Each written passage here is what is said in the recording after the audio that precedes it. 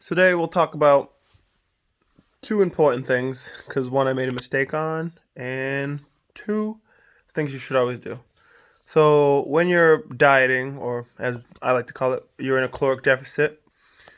When you're looking at labels or measuring stuff, pay attention.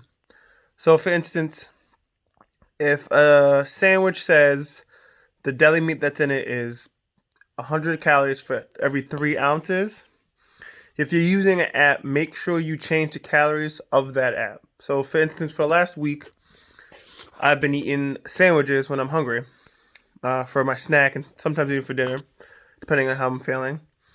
When I did the deli meat, I've been doing ham and turkey, but I forgot to change the ounces from 2 to 1 because I usually eat 3 ounces of meat in my sandwiches, along with the bread and everything else that fills me up.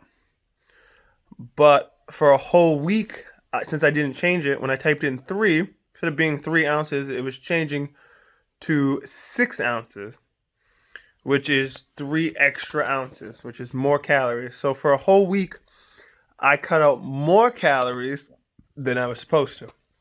One, this shows me, I can eat less calories and still maintain good standings without being hungry or being super tired, but it showed that my lack of paying attention. And this happens with meat a lot, is people will buy meat and put it into an app and they won't look at it. They'll go, oh, I can't have this. This is 1,500 calories if I eat this whole steak.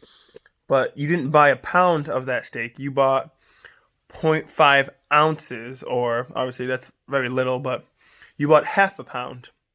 So make sure you look at the label and see how many ounces that steak is and do it by the ounces. If you bought 4 ounces of steak, that's only a quarter of a pound. If you bought 8 ounces, you're only buying half a pound of that steak.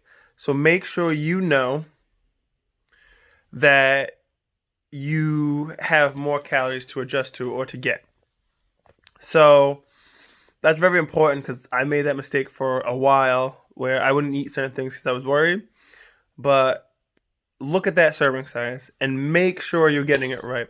Just because something says it has more servings in it doesn't mean it's worse for you or better for you. Because if you're eating chips and one chip says, oh, there's 6 serving size and it's only 100 calories, and another chip says 10 serving size and it's only 50 calories, it does not mean, oh, cool, I can eat more. It's just you might be getting less, and the serving size just looks like it's more. So don't be fooled by that. And the second thing is taking rest days. If you're going to the gym, you're new to going to the gym. When you're on your rest days, or hell, even when you're not, make sure you're still counting your calories, but also make sure you're not going to strain or do what you plan to do in the gym. So for instance, if tomorrow is leg day, but it's your weekend, it's your rest day, and you decide to do a bunch of shoveling or a bunch of, tile movement, and you're using a lot of legs, maybe you don't want to do legs the next day because you're already going to be using those muscles and you're not really taking a rest day. So pay attention to what you're doing in your daily life that might affect your lifting or your movements for the next day. And make sure you're stretching. Stretching is a huge part of that of keeping yourself healthy.